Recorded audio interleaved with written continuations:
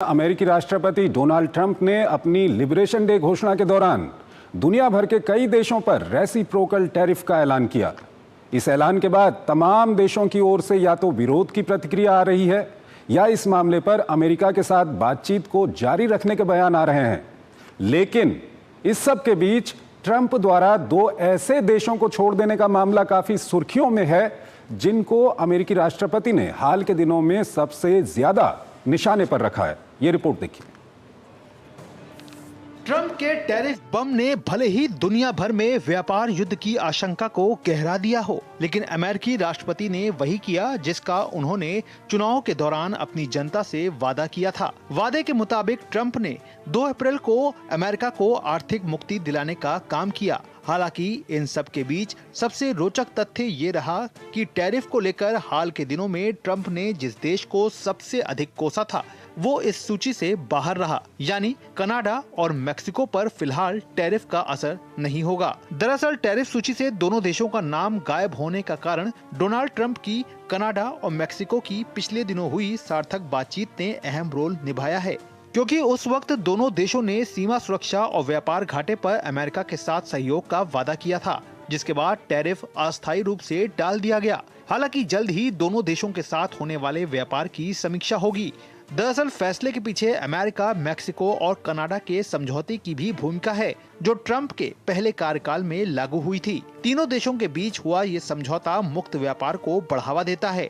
बहरहाल ट्रंप की टैरिफ योजना के तहत अमेरिका में आयात किए जाने वाले सामानों पर 10% से 49% तक का अतिरिक्त टैरिफ लगाया गया है। ट्रंप की सूची में कई एशियाई देशों पर भारी भरकम शुल्क थोपा गया है। सूची के मुताबिक चीन को 34%, वियतनाम को 46%, जबकि कंबोडिया को 49% टैरिफ चुकाना होगा। हालांकि इन देशों की तुलना में भारत की स्थिति काफी बेहतर है, जिसे सिर्फ 27% शुल्क देना होगा। ट्रंप ने कहा कि उन्होंने टैरिफ पर लचीला रुख अपनाते हुए सिर्फ आधा टैक्स ही लगाया है। इसी तरह अमेरिका ने यूरोपीय संघ पर 20%, ब्रिटेन पर 10% और जापान पर 24% शुल्क लगाया है। विदेश में बने सभी ऑटोमोबाइल पर 25% टैरिफ लागू होगा। हालांकि फिलहाल ये साफ नहीं हुआ है कि टैरिफ अलग अलग उद्योग में किस तरह लागू होगा। सभी शुल्क अमेरिकी आयातों पर 10% बेस ड्यूटी के बाद देने होंगे। बहरहाल ट्रंप टैरिफ ने अमेरिका और उसके करीबी सहयोगियों के बीच की दरार बढ़ने की आशंका को बढ़ा दिया है, जिससे दुनिया का आर्थिक संतुलन बिगड़ सकता है, क्योंकि पिछले हफ्ते अमेरिका के करीबी सहयोगी में शुमार जापान और दक्षिण कोरिया ने चीन के साथ फ्री ट्रेड एग्रीमेंट करने के काफी करीब खुद को पहुंचा दिया है। इतना ही नहीं, यूरोपीय देशों ने भी अमेरिका के खिलाफ जवाबी कार्रवाई की बात कही है। ब्रिटेन के पीएम ने नाराजगी जताते हुए कहा है कि ट्रंप के फैसले ने दुनिया के देशों के बीच खाई को और चौड़ा कर दिया है। उधर यूरोपीय संघ ने ट्रंप टैरिफ को दुनिया की अर्थव्यवस्था के लिए बड़ा झटका करार दिया है। उर्सुला वॉन डेर लेन ने कहा कि अमेरिका के फैसले का गंभीर परिणाम होगा, जो वैश्विक अर्थव्यवस्था को भारी नुकसान पहुंचाएगा। और इस खबर पर बात करने के लिए हमारे साथ जुड़ रहे हैं अतुल अनेजा, विदेशी मामलों के जानकार हैं, उनसे हम बातचीत करेंगे। अतुल जी, बहुत बहुत स्वागत है आपका हमारे इस कार्यक्रम में। अतुल जी, पहला सवाल आपके सामने यही रखना चाहेंगे कि कल लिबरेशन डे के दौरान जो डोनाल्ड ट्रंप की ओर से घोषणा की गई रेसिप्रोकल टैरिफ की, उसके बाद विभिन्न तरह की प्रतिक्रियाएं दुनिया भर से आ रही हैं। पहली प्रतिक्रिया क्या कुछ है आपकी, कैसे इसका आप विश्लेषण करेंगे? चंद्रशेखर जी, ये एक्सपेक्टेड था कि 2 अप्रैल को ये घोषणा करेंगे ट्रंप साहब ये टैरिफ्स के ऊपर।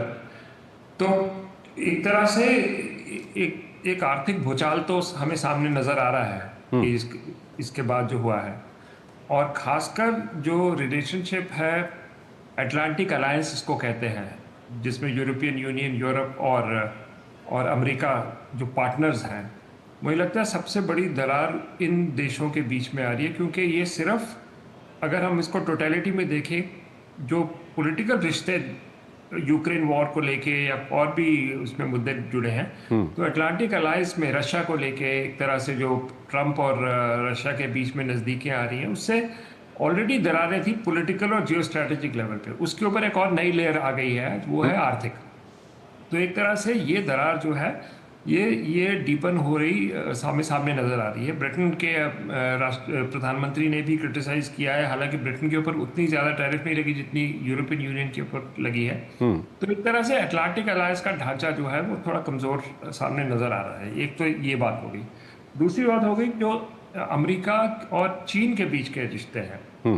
अब उसमें देखें, एक तो चीन के ऊपर वो दरार बढ़ेगी क्योंकि 34% टैरिफ लगाई गई है, लेकिन उसके साथ हमने एक और चीज़ देखनी है कि दो देश वियतनाम और कंबोडिया, उनके ऊपर भी बहुत बड़ी टैरिफ लगा दी है, 46 या 49%। वियतनाम पे 46% और उसमें 49% कंबोडिया पे। वो इसलिए है क्योंकि एक तरह से जो चाइनीज़ ट्रेड जा रही थी अमेरिका को, वो रीलेबल होके मेड इन वियतनाम या मेड इन कंबोडिया होके जा रही थी। तो एक तरह से वो भी जो झटका है वो यूएस और चीन के रिश्तों के बीच में और दरार ले आएगी। तो मुझे दो ज्योग्राफी से बड़ी क्लियर नज़र आ रही हैं जहाँ पर जो रिश्ते हैं वो खटास उसमें ज़्यादा पैदा होगी। अतुल जी, सबसे ज़्यादा जो चौंकाने वाली बात है वो ये है कि आप देखिए, जब से वो सत्ता में आए हैं उन्होंने मैक्सिको और कनाडा को लेकर के काफ़ी कड़ा रुख अपनाया था, लेकिन कल जब उन्होंने लिस्ट जारी की तो ये दो देश गायब थे उनकी लिस्ट से। चंद्रशेखर जी, जैसे आपकी रिपोर्ट ने कहा गया है, तो इसके पहले जो टैरिफ की बात हो रही थी कनाडा और मैक्सिको के साथ बातचीत पहले हो चुकी थी। मुझे लगता है कि वो एक कारण है। दूसरा, खासकर अगर हम कनाडा की बात करें चंद्रशेखर जी, तो ये जो रिश्ता है था जो जो एक पर्सनल जो प्रॉब्लम्स थी डोनाल्ड ट्रंप और जस्टिन ट्रूडो के बीच में, वो एक फैक्टर कनाडा के ऊपर आता है कि उसकी वजह से जो बड़ा कड़ा रुख अपनाया गया था डोनाल्ड ट्रंप ने, कि वहाँ पर, लेकिन अब नए प्रधानमंत्री आ रहे हैं तो इसलिए वहाँ पर भी एक बदलाव आ रहा है स्थिति में।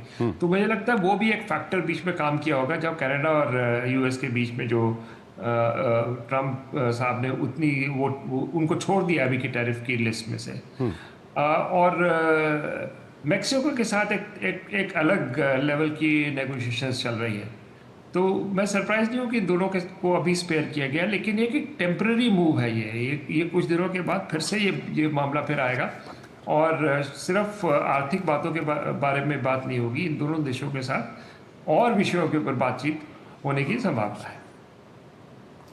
अतुल जी, रूस का नाम क्यों नहीं है इसमें? हालांकि ये समझा जा सकता है कि क्यों नहीं है, लेकिन थोड़ा सा हमारे दर्शक, क्योंकि अभी मेरे पीसीआर से एक शख्स पूछ रहे हैं कि रूस का नाम क्यों नहीं है। देखिए, रूस के ऊपर तो ऑलरेडी इतनी सारी सैंक्शंस लगाई गई हैं अमेरिका की। तो एक तरह से यही कारण है कि रूस और चीन के रिश्ते जो है एक संबंध ज्यादा घनिष्ठ बने हैं, क्योंकि हर तरह की सैंक्शंस जो है ऑलरेडी लगी हुई है। ठीक है अतुल जी, भारत के लिए जो घोषणा की है उसको आप कैसे देखते हैं? 27%। देखिए, 27% भारत के ऊपर की गई है, लेकिन ये भारत की टोटल इकोनॉमी को इफेक्ट नहीं करेगी। कुछ सेक्टर्स को जरूर इफेक्ट करेगी, जैसे इलेक्ट्रॉनिक्स है, जो हमारा निर्यात, जो हमारी ट्रेड है वो 15.6% जो है वो इलेक्ट्रॉनिक्स पे है। जेम्स एंड ज्वेलरी है 11%, जो हमारा बास्केट है एक्सपोर्ट्स का, उसमें जेम्स एंड ज्वेलरी 11% है, फार्मास्यूटिकल 11% है, और बाकी न्यूक्लियर रिएक्टर्स के पार्ट है 8.1%। तो एक तरह से एक सेक्टरल इम्पैक्ट जरूर पड़ेगा, लेकिन सारी इकोनॉमी को नहीं पड़ेगा। एक तो ये बात होगी। दूसरी बात ये है कि भारत और यूएस के बीच में एक बायलैटरल ट्रेड एग्रीमेंट की बातचीत चल रही है। तो हो सकता है उसमें और नेगोशिएशंस हो टैरिफ्स के ऊपर। तो ये भी उम्मीद की जा सकती है कि टैरिफ्स में कुछ नेगोशिएट होकर उसको ट्वीक किया जाए, थोड़ा कम होने की संभावना है। ठीक है अतुल जी, जी इसमें इम्पैक्ट नहीं हो रही है। तो मुझे लगता है बातचीत और जो कड़ा रुख अपनाया है जैसे चीन ने और ईयू ने, भारत उस तरह का रुख मुझे नहीं लगता कि अपनाएगा, बल्कि बातचीत से इसको और हल किया जाएगा। और इसमें थोड़ी सी एक तरह से लचीलापन हो सकता है यूएस की तरफ से, वो बातचीत में हम एक्सप्लोर करेंगे। भारत का रवैया जो है टैरिफ्स के ऊपर, वो मुझे लग रहा है वो काफी अलग है कई और देशों के मुकाबले में। ठीक है।